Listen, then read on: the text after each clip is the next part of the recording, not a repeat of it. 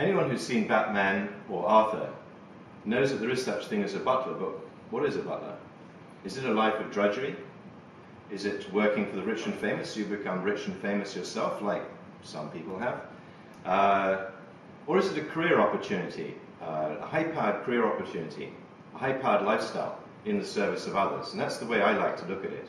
It may sound old-fashioned, but it's much more holy, more remunerative, more satisfying to be in the service of others than to be served, to create rather than be created. So one of the things that a butler does is he creates beautiful moments which hopefully are appreciated by the employer, in part because money is no object. In fact, what is a butler? He's really CEO Home Inc. with a bit of the creative director of Walt Disney thrown in. One of the things a butler must be able to do is a bow tie.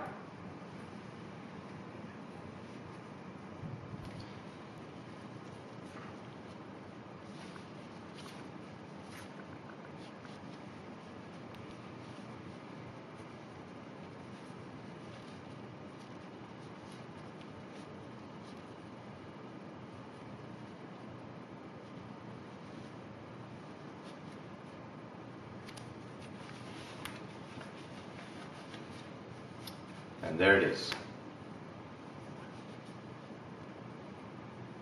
Always takes a bit of fine-tuning.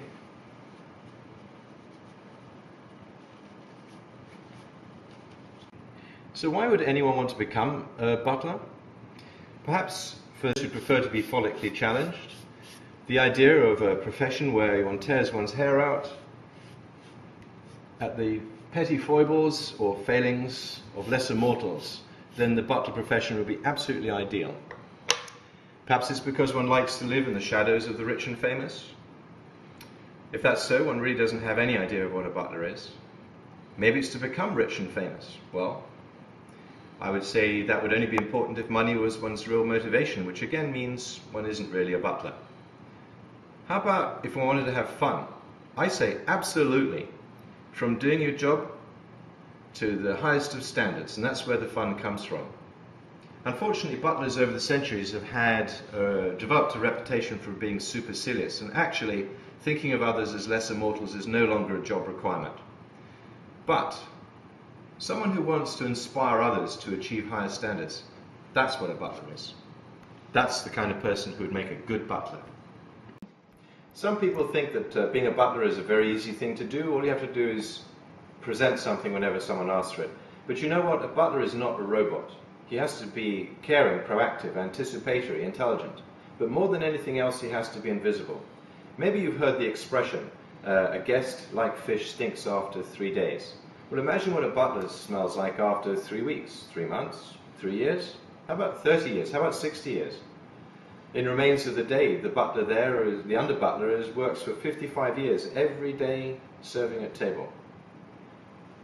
You're going to be pretty right by the time you finish 55 years of service if a guest stinks after 3 days. So how do you handle that? You're invisible. But if a boss is having to look for you to ask you to do something, you're going to be invisible in the very worst sort of way. What we want is an invisibility where it's not evident you're actually serving, but things just suddenly appear. However, imagine something appearing before you even realize you wanted it. That is what a butler does. It's not easy to do, but it's very satisfying. So, does anyone hire butlers these days? Who? It used to be old money, of course, but I'd say only 10-20% of people who hire butlers these days are old money. 80% is new money, billionaires made over the last 2 decades. They're not so interested in the traditions of the butler, that the butler upholds, but they need someone to run Home Inc. Is a school for butlers really necessary? I think a school for anything is necessary. But in the old days, butlers were made by working your way up from the bottom, from hall boy to footman to under butler, and finally you made butler, but we don't have those large houses anymore. So schools do become necessary. You could start off by reading a book, see if it's the kind of profession that you like, and then anything to break into the profession. But the difficulty is that employers are they're reluctant to sign on to somebody who's wet behind the ears, and there lies the difficulty. Is being a butler something one can do part-time? In theory, yes. In practice, not really. A colleague of mine worked for the Queen of England for 30 years, and his comment was, being a butler is a lifelong learning experience. So, if one is so passionate about the profession that one is only willing to work on it part-time when really it's working full-time is perfectly possible, then it doesn't really say much for one's dedication level. And being a dedicated butler is really part and parcel of being a butler. There is, however, the concept of a renter butler. One is a full-time butler, but one works for people part-time.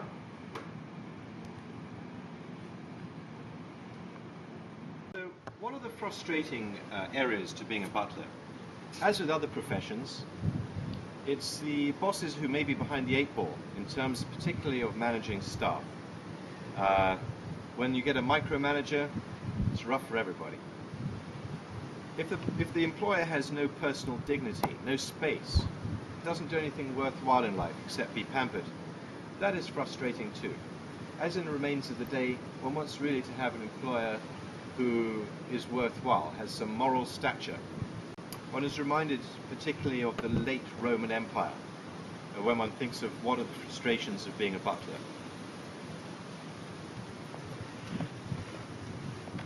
What's one of the strangest things that's ever happened to a butler?